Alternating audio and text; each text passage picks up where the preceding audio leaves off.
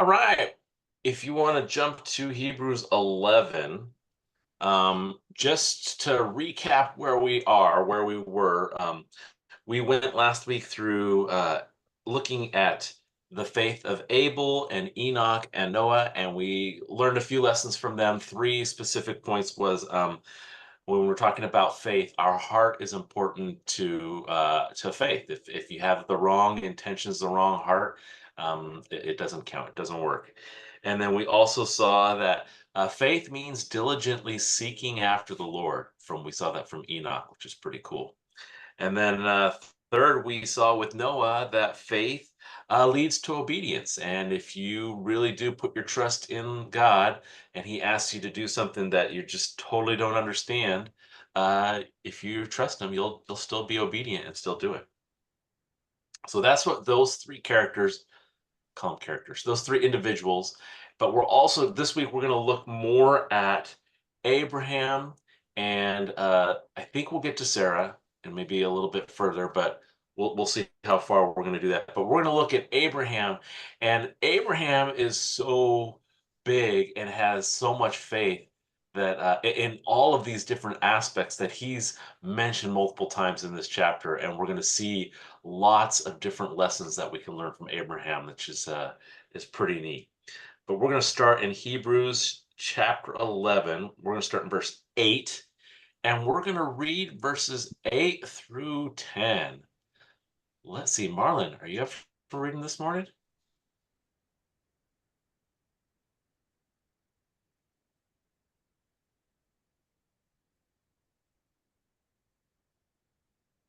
Okay, yes, I am. Good morning. So it says, verses 8 through 10. By faith, Abraham obeyed when he was called to go out to the place which he would receive as an inheritance. And when he went out, not knowing where he was going, by faith he dwelt in the land of promise as in a foreign country, dwelling in tents with Isaac and Jacob, the heirs with him, the heirs with him of the same promise. For he waited for the city which has foundations, whose builder and maker is God. Love this. So we're going to start with Abraham. And we saw that this obedience, we see this, it starts off with saying, by faith, Abraham obeyed when he was called to go out to the place he would receive as an inheritance. And so this first aspect is he obeyed. Um, but we did see that with Noah as well. But this is we don't want to minimize this or miss this that he obeyed. Faith does mean obedience. If you really do put your trust in God and he asks you to do something, then you trust him, and so you're going to do it. And so we just want to point that out. But before we get really far, there's one cool aspect that I think that's happening here that we don't want to miss. And that is here it says, by faith, Abraham obeyed. And I'm bringing this up because it's talking about when in Genesis, when God calls him out of this land where his family is, and God tells him, I want you to leave your family and I want you to go to this place that I'm going to give you. And Abraham does it, but the point that I want to show or bring up is his name wasn't Abraham. His name was Abram. And so not only has faith done this, but faith gave him a new name. And this is just really cool. I find this very exciting. And I'm bringing this up because his name was Abram, but here it's discussed as they're saying it, they call him Abraham. And so I just some of you may know that I changed my name when I was young. When I was, oh man, 9 or 10, I didn't really like my name, so I kind of started going by my middle name, John. And I legally changed my name when I was like 15. But before that, I had a different name. And most everybody knows me as John, but every once in a while, I run into somebody who knew me from a long time ago, and they don't call me John, they call me Lorenzo, because that was my name. And so they'll call me that, and I'll have to think, I'm like, who's that? Oh, that's me, right? Because in my mind, I am not Lorenzo, I am John. But I'm bringing this up because when some people see me, they have this past view of me, and I have this past identity, and so they call me Lorenzo, but I'm not Lorenzo, I'm John. And this to me is so cool that the author of here did not call him Abram, even though that's who he was at that time. He calls him Abraham. And I love this because when God changes our identity and gives us a new name, that extends both into the future and into the past. This is a new identity. This is who I am. And somebody may call me by something and I'll be like, what? And then might have to rethink and recalibrate and go, oh yeah, that's me. But that's not who I am. I'm not Lorenzo. I'm John. And I just love this fact here that because of the faith that Abraham or Abram had in God, God gave him a new name of Abraham. And it's a new name that he's known by in the present, in the future, and even in the past as the author writes this. So I just think that this is really cool that he gives it. I have in my notes, just for fun, let's read Genesis chapter 17, verse 5 and 6. And this is talking about um, this time where God has called him out, but he's also giving him these promises. And he says in verse 5, no longer shall your name be called Abram, but you shall be called Abraham, for I have made you a father of many nations. I will make you exceedingly fruitful, and I will make you nations of you, and kings shall come from you.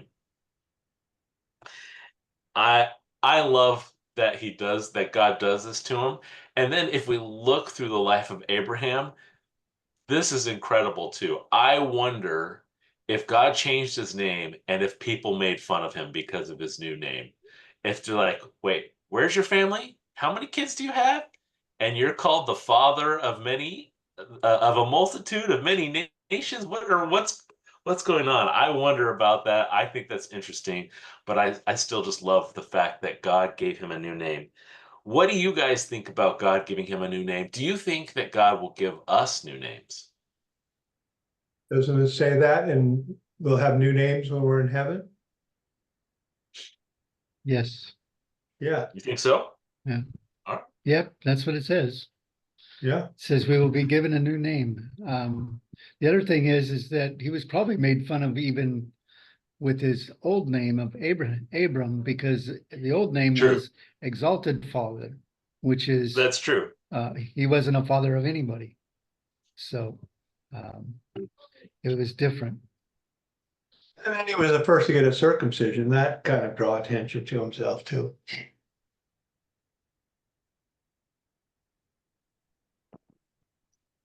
Yes.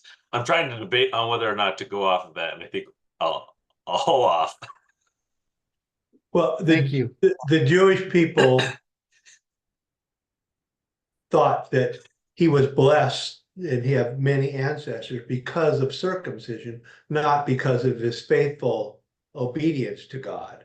And that was why he was given the blessings, because of his faith and his obedience, not because of circumcision. And that's why the Jews valued circumcision so much and insisted the new Christian Gentiles be circumcised. That's why there's that debate.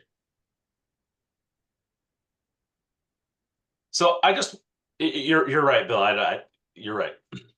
I want to go back though to this idea of having a new identity, and just I think this is amazing, and I think maybe we don't realize how amazing this is, that when we put our trust in God, he makes us a new person. He gives us a new identity. And I love that. And I love that he did that to Abraham way back in this time. And he never stops doing that to people who put their trust in him. And this is a wonderful gift. Now, I can understand some people might not want this gift, and they may say, hey, I don't want to be a new person. I like who I am. And there's other reasons to reject wanting to be with God. But I love this. I love that he has done that. I don't know what you guys think about it. Is the amount of faith that a believer has in God related to if their name is changed? Because there's certainly many people in the Bible who had great faith and their names were not changed. Yeah, it is a good question. And there's also the other question of why did he change their names, right? And maybe for some of us, having a new identity, that's not a big deal. For us saying, okay, I am now in Christ, that sounds great. I'm all in. And then maybe for some of us, it's like God's like, you know what? We need the whole world to know that you are not that person you were. So I'm gonna have to change your name. I don't know if that's what that is. Oh, I was going to say, in Christ is the new name, right? Because there's a couple ways to change names. One is Yeah. your first name is changed. The other is your last name, who you're in, who you belong to, and the family that you belong to.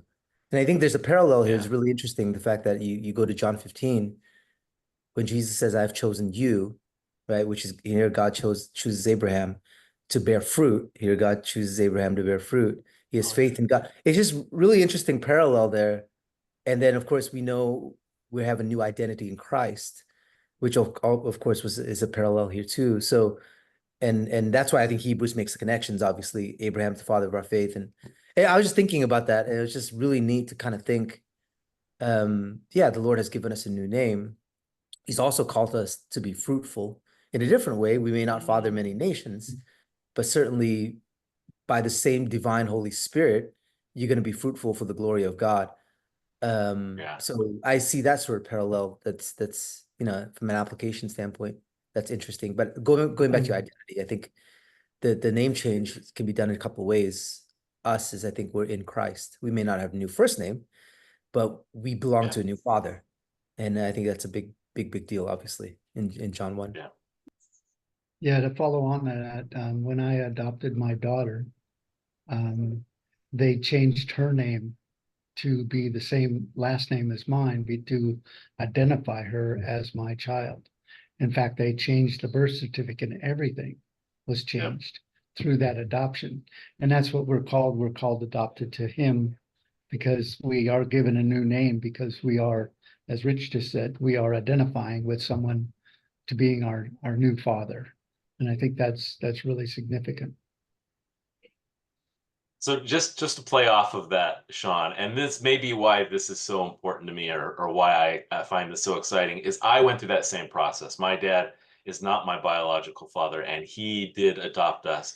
But I didn't just change my last name. I also changed my first name and my middle name. I did the whole thing. I switched them around. So instead of being Lorenzo John, now I'm John Lorenzo and a new last name. And so for me, it was like, this is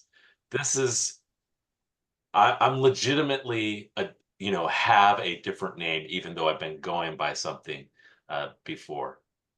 It's pretty cool. And you're right, I have a new birth certificate and everything.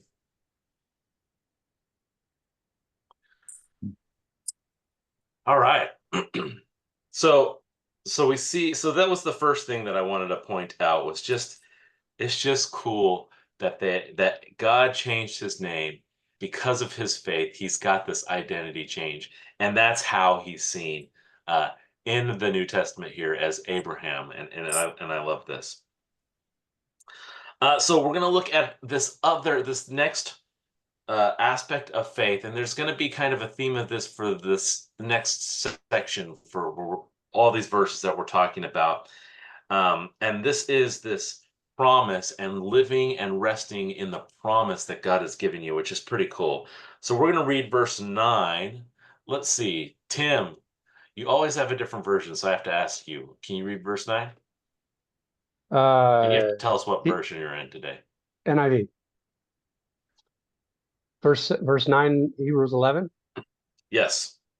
By faith, he made his home in the promised land like a stranger in a foreign country. He lived in tents, as did Isaac and Jacob, who were heirs with him of the same promise. You know what? Can you read verse 10 as well? Where he was looking forward to the city with foundations, whose architect and builder is God. So in this God gives this promise to Abraham back in Genesis, and part of the promise is that he's going to give him this land of Canaan. Excuse me. And another part of the promise is that he is going to give him some children so that he will be the father of this great nation. And then there's this other aspect of this promise where he will make his name great, and there's another aspect where it says that he will bless all nations through him. So this addresses these first two, that he's going to be given this land of Canaan, and that he's going to be the father of this great nation. And I love what happens here in verse 9. It says, by faith he dwelt in the land of promise as in a foreign country. So let's just start with this first part. He's got this promise that the land of Canaan is going to belong to him and his family. And so God actually takes him out of where he is and takes him through parts of the land of Canaan and directs him and guides them. And part of that is God being awesome and just showing off and saying, hey, look, Abraham, this is going to be belong to you and your family. But also there's this cool aspect where Abraham lives in the land, but we want to catch that he lives in the land in a tent. And this is important. We might get this idea that this is so old and everybody's nomadic at that time. And so everybody's just kind of wandering around. But that's not true. There are cities, there are places. He himself came from a city, right? And so one of the things that could happen is he could have found a city and he could have said, oh, this city's great. And he could have just moved in there. Or another thing could have happened where he could have said, well, you know what? Since this land is mine, I'm going to find a place. I'm going to start my own city. And so he could have done these things, but notice how he lives. He doesn't do that. He lives in a tent. And I love this because what we have this picture of is we have Abraham with the promise that the land is his, and he's not going to take it. He's not going to move in. He's going to live expecting God to give the land to him. He's just going to wait for God to give the land to him. And I love this aspect. Now, there are some other things going on. God does direct Abraham around and move him around. But still, I just love this aspect where Abraham lives in this area in this way of, it's not my land. God's going to give it to me, and I'm going to wait until he gives it to me. What do you guys think about this whole living in a tent aspect? He's got this promise, but this is how he lives, in a tent. It's in keeping with his personality. I mean, before he became a believer, he was a Bedouin wandering the desert anyways. So this would have been, a previous lifestyle, and his lifestyle, he would have been comfortable in it.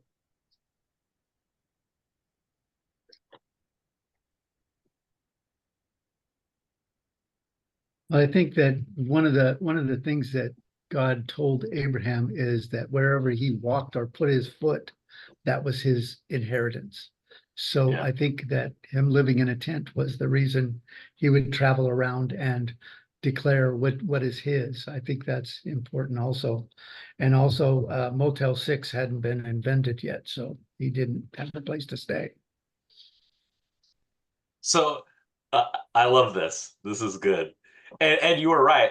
It's worth pointing out that Abraham lives, traditionally they believe he lives to 175. So 175 years, I'm pretty sure he has enough time to travel the area and settle down.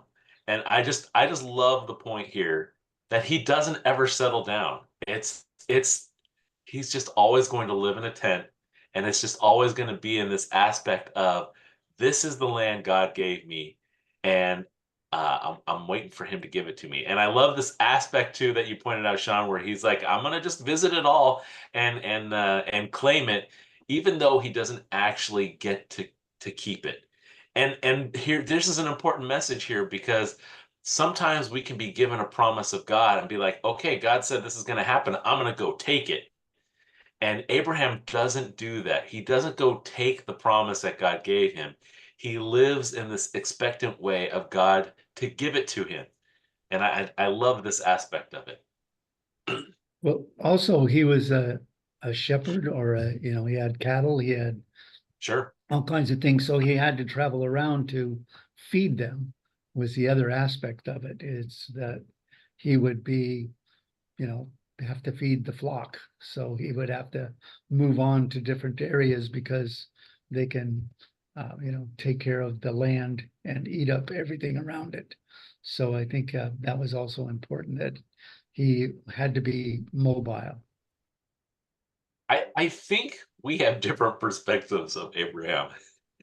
Yes, you are right, but also later on in his life, he has so many servants and he is so wealthy and has so much stuff. I don't think he actually had to do that. I think he could have had his servants doing that, moving the flock around.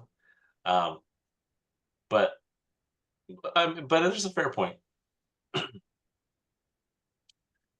All right. So that was the first part. But notice in verse 9, it doesn't end there. It doesn't say that he's living in the land of promise as in a foreign country, but also it says dwelling in tents with Isaac and Jacob. And here is another just this cool aspect of God's promise to him was he was going to have this family that was so large you wouldn't really be able to count them. And here he is, he's living in tents with Isaac and Jacob. And he's holding on to this promise, even though, when he tells people his name, yes, I'm the father of a multitude of people. And they're like, oh yeah, who are your children? It's Isaac right over there. And I just think that that's part of me thinks it's kind of a joke.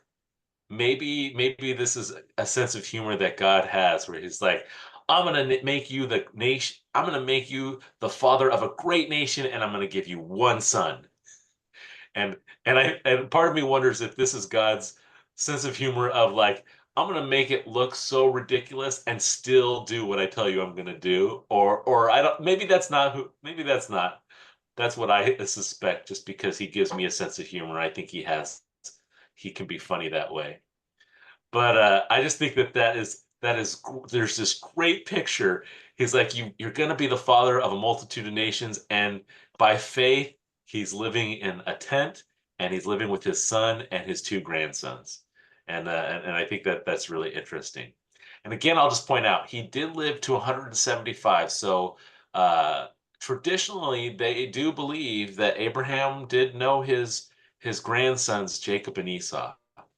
Um, for how long, they might have been just little kids before he passed away, but it's just really interesting to see all that. All right. So this is Abraham, but I also want to shift this back to ourselves, and we have to understand this aspect that when God gives us promises, we need to live in those promises, not forcefully taking them, but we also need to live in this way of expecting them, even if everything seems ridiculous, even if it looks like we're living in a tent with our one son, and we're told we're going to have this large amount of land and we're going to have this great family, that we're still supposed to live in these promises, rest in these promises, even when they're not fulfilled yet. And I love the faith that Abraham has here and this great example that he has. I just think that this is great. There's one more thing that's worth pointing out in these verses here, but anybody have any thoughts before I jump into this other thing? All right, then let's look at this last part of verse 10. He says, or verse 10 says, for he waited for the city which has foundations, whose builder and maker is God. I think this is incredible. So Abraham is wandering through and he's told he's going to be given this land, but also it seems the implication here is that not only is God going to give him the land, but God's going to build the city. He's going to build the cities for him, and he doesn't even have to build the cities. They're just going to come in and take the land. And that is literally what happens, right? There's other people that are in there. They build the towns, they build the cities, and then Israel comes in and they occupy these places. And so this is literally what happened, but there's also even a more future promise of getting to live in a place where God is the builder and the architecture of the city and of the buildings and all of that. And my first thought is, man, if I was Abraham, I would be excited for that particular aspect. I would be excited to move in a place where God had built, that God was the architect of it all. And I think part of not wanting to move into a city and not wanting to settle down is, who wants to settle down when that place that you're supposed to go to is a place that God built, right? Who wants to get comfortable in an area and just settle for something that might be okay when you could have something that's so much better? And I love this aspect of it. And this applies for us too. As we are foreigners in this land, in this world, we're not supposed to settle down. We're not supposed to get comfortable in this area, because really where we're supposed to live is in a place where God is the builder and he is the architecture. I don't know. What do you guys think? Are you excited? Do you know anything about this place that we're supposed to move into? What do you think about it? The one thing I think of is the extremes. He's living in a tent, and God's promised him a city with foundations and everything else. And probably it's a major process to tear his tent down and move it from one place to another. And God's promising him all these, foundations and cities and walls and everything else. That probably it's like, okay, I'm gonna have to wait for this one because I have no idea how I'm gonna get this done. Yeah, and I think I it's, look at it as, I think of it more as the spiritual kingdom and the spiritual city of heaven, Jesus Christ being the chief cornerstone. And I don't think of it physically. And what I'm curious about, I'm not sure I don't recall discussion on Abraham looking for a city until you see Hebrews here. Yeah. So it's an interesting, it makes you think that someone like Paul wrote this, who was taught directly Okay. by Jesus. Yeah. Because it's beautiful. It's absolutely gorgeous, I think, but this is it. Yeah. And it leads there's it leads to revelation, in my opinion. Yeah. So let me ask you a question, Eric. You mentioned that you don't see it as a physical city. You see it as a spiritual city. First When you and say a foremost. when you say spiritual city, what do you mean by that?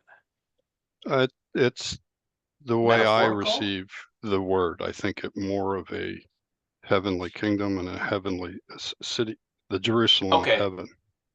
Okay, so like the New Jerusalem or just heaven itself? Yeah, the New Jerusalem could be also, but I just think of it in general. We're in the kingdom of God now, and we are citizens of his kingdom and city, for that matter.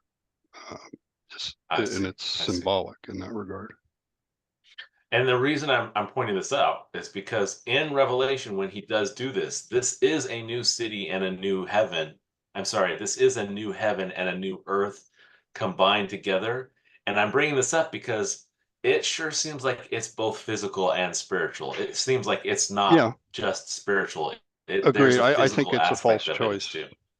Yeah, we don't have to choose Okay. one or the other. I think it could be multiple aspects for sure, and that's would be the second consideration for me. But first and foremost, to me, it's the spiritual kingdom that we are already in. So.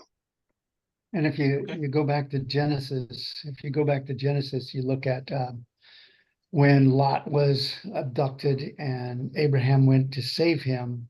At the end, all the spoils and everything and the tithe was given to Melchizedek, who came from Salem, which was the original city of Jerusalem. Yeah. Which is kind of neat because they correlate Melchizedek to being somewhat of a Christophany, And then in Revelation, we look at the New Jerusalem, which is made by God, coming down from heaven. I think that's Yeah. kind of an interesting correlation, but Yeah. I don't know that, who knows that Abraham saw what happened to Lot when he moved into a city Yeah. and what happened there. And maybe that's why Abraham continued to move around and just say, Yeah. I'm staying away from the cities. Yeah. Good I mean, that's a point. good point. Yeah. But it's also worth pointing out, as you mentioned, that Lot did move into a city. So moving into a city was an option, but he never took it. Yeah. All right. We're moving fast through here. Okay, so let's see. So the things that we can gather here from Abraham from what we learned is that first, but because of faith, he is given a new identity. Abraham, his name is changed, and he is given this identity that is wrapped up with Yahweh, which is pretty cool. We also see that because of faith, Abraham rested in the promises of God. So he is given this promise of land, and he lives in the land. But again, I just want to point out that it's not a struggling type of waiting for the promise of God. He's traveling, he's visiting, he's not trying to capture the land, he's not trying to take it from himself. He's just resting there and waiting for God to give it to him. Now, resting is a relative term. He's moving around, he's got plenty of struggles going on, but right, he's not struggling with this aspect of God giving him the land where he's trying to take it. And then this third one is that well, actually, that's what I have. I have two. All right. So let's So he, go ahead. so the trigger here, I mean, the thing that the key word in all of these verses is, in my feeling, is obeyed. Yeah. That's like the link. Yeah. Because he, by faith, when he was called, obeyed. He obeyed. He obeyed God. I mean, you know what I mean? And that was, he goes and does his own things, but essentially he obeyed God. And that's a key thing that I think, you know, that through faith we should obey. You know what I mean?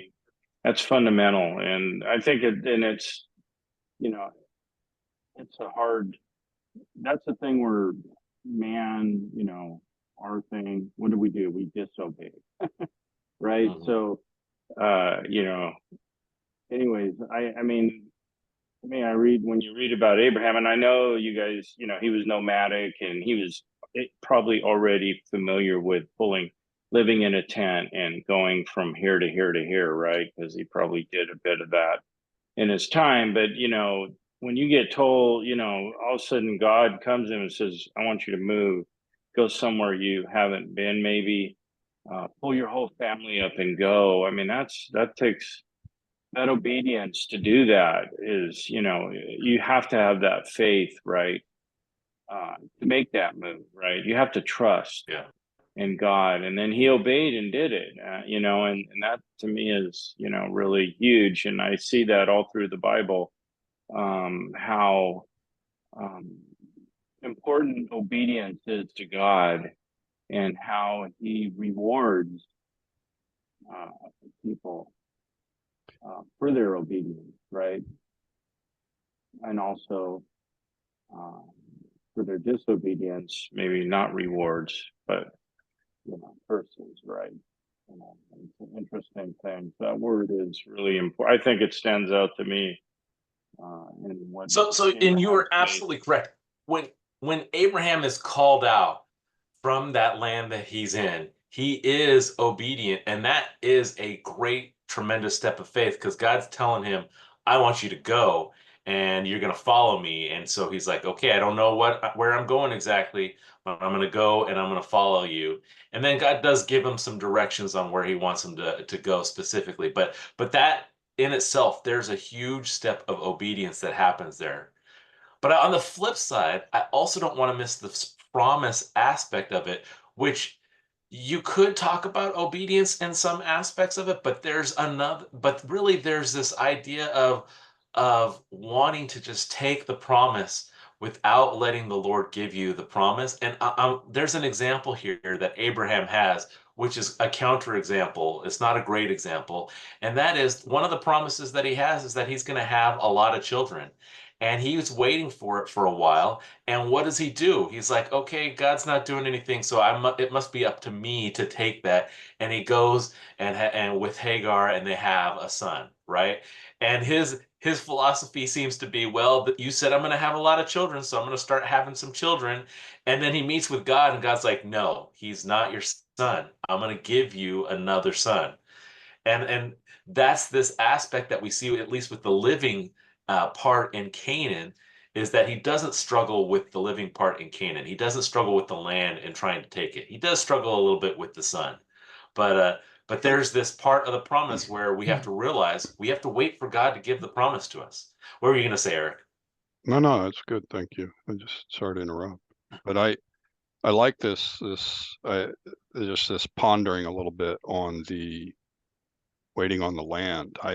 I don't feel it coming out of the verses until Okay. you start discussing it. I mean, it's an interesting thing because instead, let's take them off the pedestal for a moment too, though. Yeah, and you made reference to that with Hagar and of course the influence of Sarah there, who's going to be mentioned later here. But it's he didn't trust God in his daily activities, it seemed, or his interactions. When he did walk into a city, that's when he expressed the least trust of God, by telling Sarah twice, you're my sister, not my wife, right? Yep. And a couple other things. Although he demonstrated in some moments some great expressions, tremendous expressions of faith. I am wondering this call to move out of the city and in the beginning of his journey, how big of a step that was. The dynamics. There's people online here who have made huge moves with their families, and that probably lived and breathed it in terms of faith. I've made huge moves, but not with God. I trusted that I had a job on the other end, right? I trust that I would be able to establish a living where I was. It was never God conscious. I think God was protecting me, but those that have made these kinds of moves live and breathe this kind of faith for God, those who do it for God. So it'd be nice to hear your thoughts. Eric, how do you know that God wasn't guiding you? The Holy Spirit wasn't guiding you when you were making those decisions? No, I do. In looking back, I do trust that God was. He has me where he wants. So, yes. It's just that there's a difference when I walk out on my own impressions of what's ahead of me. Yeah. No, well said. And there's a good point here too with Abraham, which is, so let's look at Genesis chapter 12 when God calls him out, because there's a good point that you're bringing up, Eric, where he does have this faith and he does follow God, but he doesn't follow him exactly the way that God tells him to. And so let's look at this. This is Genesis chapter 12. And I'm going to start in verse 1. It says, "Now the Lord had said to Abram, get out of your country, from your family, and from your father's house to a land that I will show you. I will make you a great nation, and I will bless you and make your name great, and you shall be a blessing. I will bless those who bless you and curse those who curse you, and in you all the families of the earth shall be blessed." So Abram departed as the Lord had spoken to him, and Lot went with him. And Abram was 75 years old when he departed from Haran. So, and then verse 5, then Abram took Sarai, his wife, and Lot, his brother's son, and all their possessions that they had gathered, and the people whom they had acquired in Haran, and they departed to go to the land of Canaan. So they came to the land of Canaan. And so the point that I want to bring up here is Abram was told to go from his father's house, from his family, and go. And Abram goes, and Lot goes with him. So that's not 100% accurate. You know, he didn't leave his family. He left most of his family, but some of his family came with him. And maybe the distinction is just something that I'm making as I read this, and it isn't really a big deal because God doesn't seem to be too upset at it. And what we see here is that in Hebrews, God says he has faith by being obedient and leaving, even though he doesn't quite do it exactly the right way. And I think there's a good point here, which is, um, I just lost my train of thought. Oh, bummer. But it was that our God wants us to follow after him. He wants our hearts to be after him, and he wants us to do these things that be obedient and all of these things. But when we're talking about faith, the power of faith is less about how strong our faith is, and more about how strong and how powerful God is. And we'll see that in the next chat section when we get to Sarah. I don't know if we're going to get there or not, but the power of faith is the power of who God is. And so a little bit of faith actually can go a lot farther than we might expect. And it could be that you could be like, well, that person doesn't have that much faith. How can God think so highly of them?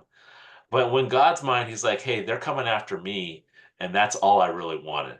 So I don't know. I don't know what you think. You guys are welcome to push back, and I said some of these things in a way that's not quite accurate. So feel free to jump in. Well, Oh. Abraham left Haran, which was a city, and he saw the Mhm. influences of his family upon him because his father was an idolater, and he had many gods and all that other stuff. So Abraham left that and became a nomad because it says that he left with all his possessions and his people and everything. But along the way, as he was in Canaan, God was continuing to bless him. And as Eric brought up, protected him when he did stupid things like, hey, you're my sister now, that kind of stuff. He really protected him in all of that. But in that, like you said, with just a little bit of faith, because as you step out and you see God's hand working on you, your faith actually grows, and you can begin to trust him in more and more things. Whereas when I became a new Christian, my faith was very small. But as we've stepped out and followed what he wants us to do, my faith has grown so much stronger because I can rely upon him. I know, hey, I screwed up and I made 2 appointments today. Lord, you got to take care of this. Which one's going to happen? And all of a sudden somebody calls up and says, hey, I got to cancel today. Can we do it? Or just mistakes that we make. You can see God's hand is upon us in those things. I see Abraham was being blessed even though he didn't have children. He was being blessed along the way. And so he was trusting more and more in God. And I think it was until later on when he was old enough and had enough faith, that's when God granted him the son.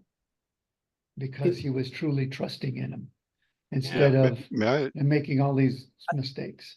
I think, what's interesting jumped out as listening to Sean. Genesis 12 is the calling to come out.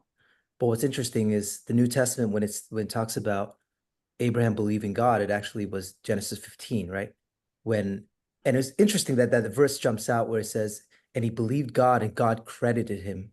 So there's some journey there that from the obedience standpoint was of course interesting, which we're talking about now. How much did he know?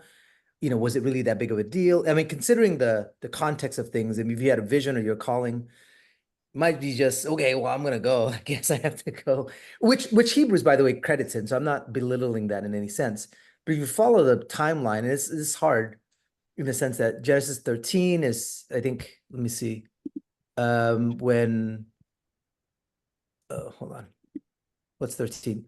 He's there right before Lot, right? He inherits Canaan. And then Genesis 14 is when Lot gets rescued. And then you get to Genesis 15. So in this journey, you run into some obstacles that made him, and Genesis 15 says he was fearful. He was scared. He's like, what did I do? And this was this period that he was lying about Sarah being his wife, sister, and all stuff. So that imperfect sort of journey, but then God meets him in Genesis 15. He says, I'm with you. And then right there is when it says Abraham believed God. And I wonder, again, for us, it's kind of hard to, of course, I don't want to interject and say, okay, well, this is when he really believed and whatever. We don't know that, but it's just, there's this interesting journey of the credit of that faith actually comes to summation in Genesis 15, and God makes a point. And that there was a learning curve there, if you will. And I think God did not give up on him because, clearly could have gave up on him when he lied about Sarah. So along the way, but anyhow, I thought that was kind of interesting, this growth trajectory from initial obedience to finally believing God. Now, we know he wasn't perfect from then on either, but there is a demarcation in Genesis 15 that I thought was interesting. Yeah, and I'd like to, just riffing on this, like to put these together, and you're reflecting on it.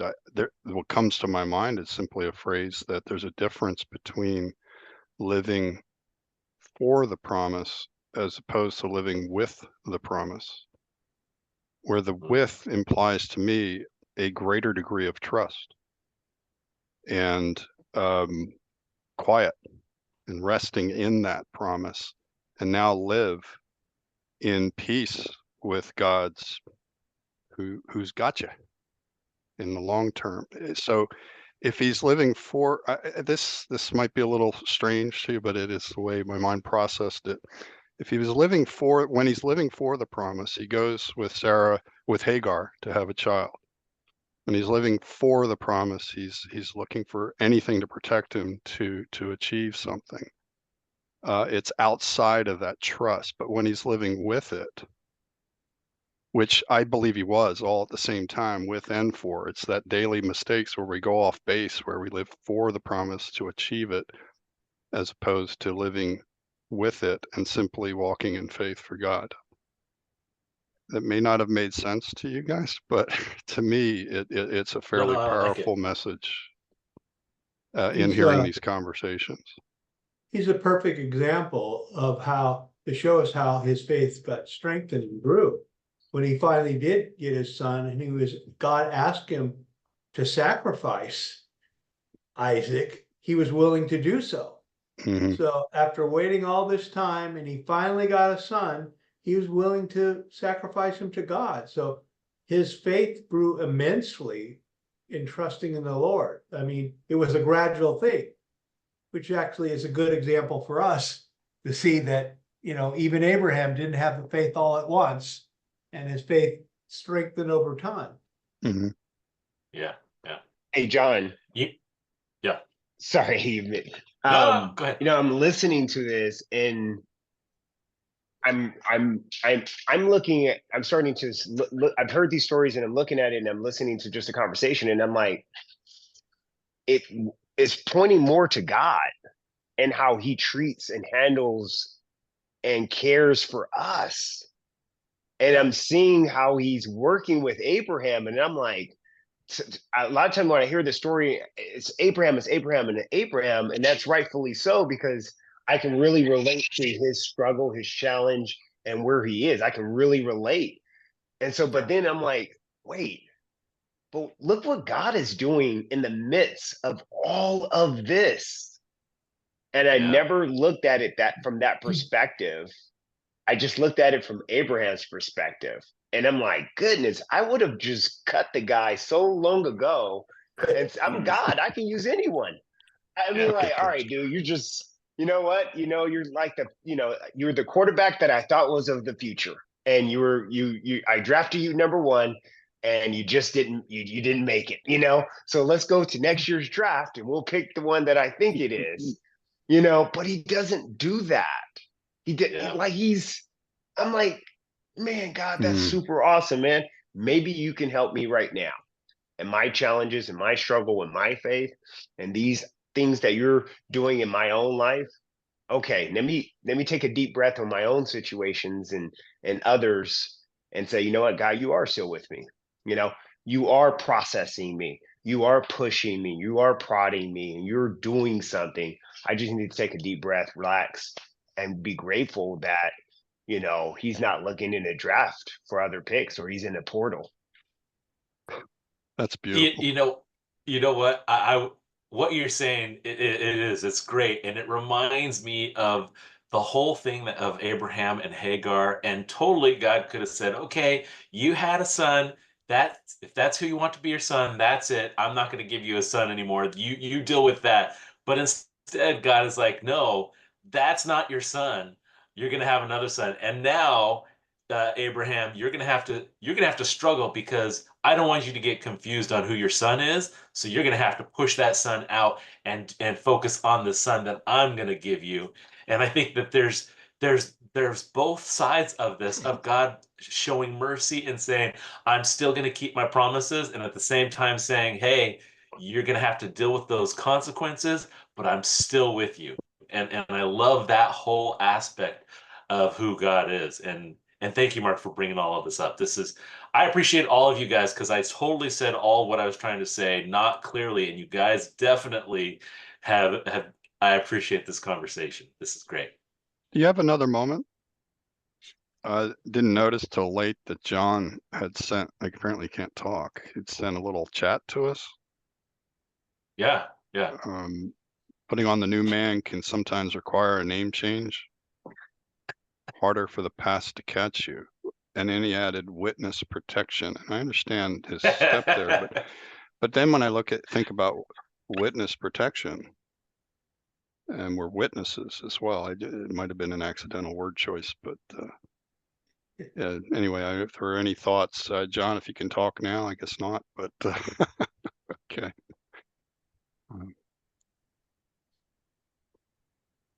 But yeah, chat's not something I notice. It's all right, John, if you can't talk. He's trying. No, I'm trying. Can you hear me? Yep.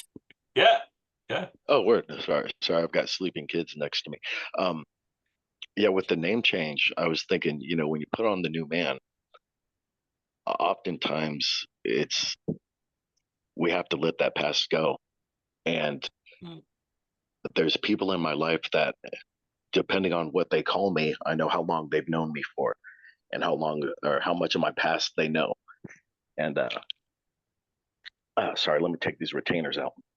So if somebody calls me Johnny, I know they've known me since elementary school, and all those things that I've done come with it.